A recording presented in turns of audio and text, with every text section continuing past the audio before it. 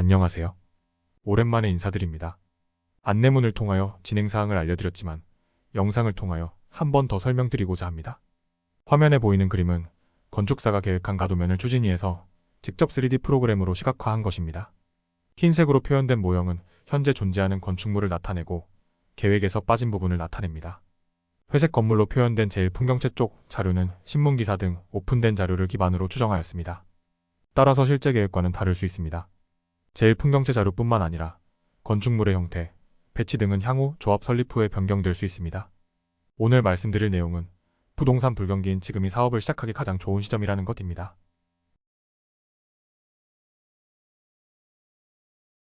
부동산 불패라는 말이 있듯이 부동산은 장기적으로 가격이 오릅니다. 그러나 단기적으로는 오를 때도 있고 내릴 때도 있습니다. 이러한 움직임으로 인하여 부동산 경기는 회복기, 호황기, 후퇴기, 침체기로 나뉩니다. 부동산 가격이 오르는 호황기는 부동산 가격과 거래량이 활발하게 증가합니다. 정부는 집값 상승을 막기 위해 각종 규제를 강화합니다. 후퇴기에는 가격과 거래량이 감소하고 금리가 상승하며 미분양 등 공실률이 증가합니다.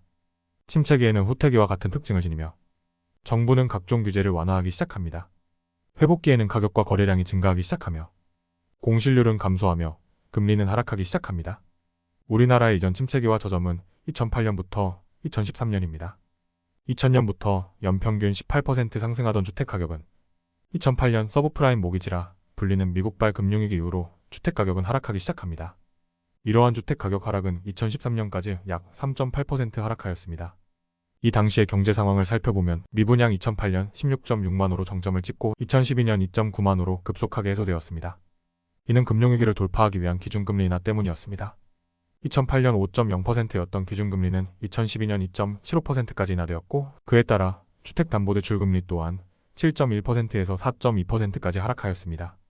그러나 기준금리 인하에도 주택가격이 하락한 이유는 투기지역 해제, 재건축 초과이익 환수제, 분양가 상한제 등의 규제가 해소되지 않았기 때문이었습니다. 이러한 규제들은 2012년에 들어서야 해제되기 시작했고 2013년부터 2021년까지 약 8년간 연평균 20.18%의 상승을 보여줬습니다. 주택가격의 상승은 금리 인하와 규제 완화가 모두 충족되어야 주택가격은 상승하기 시작합니다. 급격한 금리 인상으로 인하여 침체된 부동산 경기를 살리기 위해 정부는 2023년 1월 5일 부동산 규제를 선제적으로 완화하였습니다. 이제 금리 인하만 시작하면 주택가격은 상승할 준비를 할 것입니다. 금리 변화의 원리에 대하여 먼저 살펴보고 가겠습니다. 금리를 인상하게 되면 은행의 예금이 증가하게 됩니다. 은행에 잠자는 돈이 많기 때문에 시장에서의 화폐 가치는 상승합니다. 화폐의 가치가 상승하기 때문에 물건의 가격은 하락하기 시작합니다. 물건의 가격이 하락하기 때문에 경제 주체들인 기업들은 투자를 줄이기 시작합니다. 투자 감소와 예금 증가로 인하여 경기는 침체되기 시작합니다. 경기가 침체되면 정부는 온갖 비난에 시달립니다. 그리하여 경기 침체의 시그널이 발생되면 금리를 인하합니다. 금리를 인하하면 예금에 돈을 보관해봤자 이자를 적게 주기 때문에 예금은 축소가 됩니다. 예금이 축소되고 시장에 나오는 화폐가 많기 때문에 화폐의 가치는 하락합니다. 화폐 가치가 하락하기 때문에 물가는 상승합니다. 물가가 상승하면 투자가 확대됩니다. 비싸게 팔 수 있을 때 팔아야 하니깐요. 그로 인하여 경기는 다시 호황으로 바뀝니다. 이러한 경기 호황의 문제점은 물가 상승입니다. 갑자기 비싸진 물가로 인하여 소비자들이 소비를 하지 않게 되면 투자가 확대되지 않기 때문에 적당한 물가 상승이 필요합니다.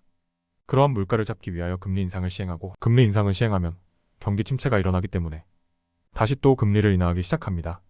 이러한 금리 변동의 사이클로 인하여 부동산도 이러한 사이클을 가지게 된 것입니다.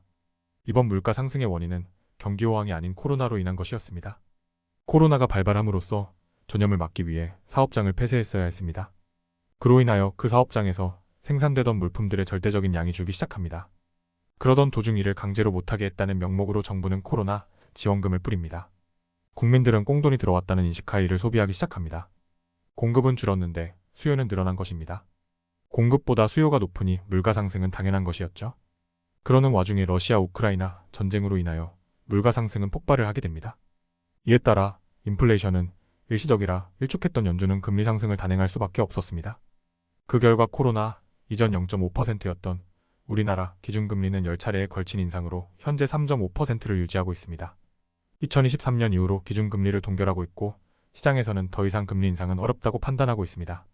인상이 어려운 이유는 이창용 한국은행 총재의 통화정책 결정문에서 확인할 수 있습니다. 통화정책 결정문을 살펴보면 이전에 없었던 성장세와 금융 안정에 유의를 하겠다는 문구가 등장을 하고 고금리 시대가 계속되면 경기 침체가 우려된다는 표현도 에둘러 하고 있습니다. 그러나 미국과 금리 차이가 많이 나면 환율에 문제가 생기기 때문에 추가 인상을 고려할 수도 있지만 경기 침체, 가계대출 등을 보고 판단하겠다 하였는데 미국 금리 인상으로도 환율의 움직임 범위가 예상 가능한 범위 내에 위치하고 있기에 시장은 더 이상의 금리 인상은 없다고 판단하고 있는 것입니다. 또한 미국에서 금리를 결정하는 연방준비은행도 5월 드디어 금리 동결의 시그널을 발표하였고 통화정책위원회는 2024년부터 금리 인하를 시작할 거라는 점도표를 발표한 바 있습니다. 이에 따라 우리나라 금리는 하락하고 있다는 뉴스가 나오고 있습니다.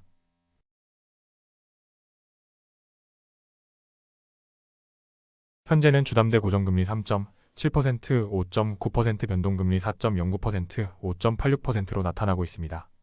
특이점은 일반적으로 변동금리가 고정금리보다 이자가 낮은데 고정금리가 더 싸다는 점입니다. 이러한 금리 역전 현상은 향후 금리가 인하될 가능성이 클 경우에 나타납니다. 2008년처럼 시장금리가 내려가자 미분양에 관한 뉴스 기사는 사라지고 가장 최근에 분양한 용인역 이 편한 세상의 경쟁률이 최고 24대 1을 기록했다는 뉴스가 나오고 있습니다. 이 아파트는 84제곱미터가 12억으로 책정되어 분양가가 비싸다는 평가가 있었습니다. 경기도권뿐만 아니라 충청도권에서도 57.59대 1이라는 청약 경쟁률을 기록하여 청약시장의 변화를 보여주고 있습니다. 또한 한때 미분양이 되어 말이 많았던 둔촌주공은 4억의 프리미엄이 붙어 신축 아파트의 공실 해소는 점차 빨라질 것으로 보입니다. 지금까지 시장 상황이 천천히 변화하고 있다는 것을 설명드렸습니다. 그럼 이제 우리 구역의 일정을 확인해 보도록 하겠습니다. 가로주택 정비 사업의 자세한 절차는 다음 영상에서 설명하기로 하고 간단히 나열하면 다음과 같습니다. 동의서 진구를 완료하면 창립총회를 걸쳐 조합이 설립됩니다. 이후 건축계획을 작성하여 건축심의를 받게 됩니다. 그 후 심의를 받은 내용으로 사업을 진행하겠다는 인가를 받습니다. 인가 후에 환급금과 분담금이 확정이 된 후 조합원들의 이주가 시작되고 철거에 들어가고 착공과 일반 분양을 걸쳐서 조합원들이 입주하게 됩니다. 가장 중요한 일반 분양이 2026년에서 2027년으로 예정되고 부동산 호황기 초입으로 예상됩니다. 오히려 늦어지게 되면 2027년 대통령 선거로 인하여 정책 변경과 분양가 상한제 등의 규제가 다시 시작될 것을 우려해야 합니다.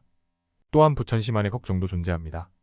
바로 제3기 대장동 신도시 조성과 제1기 신도시 중동의 재건축으로 인하여 부천시의 공급 과잉이 우려되기에 빠른 시일에 재개발을 시작해야 합니다.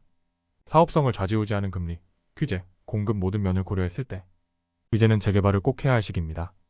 감사합니다.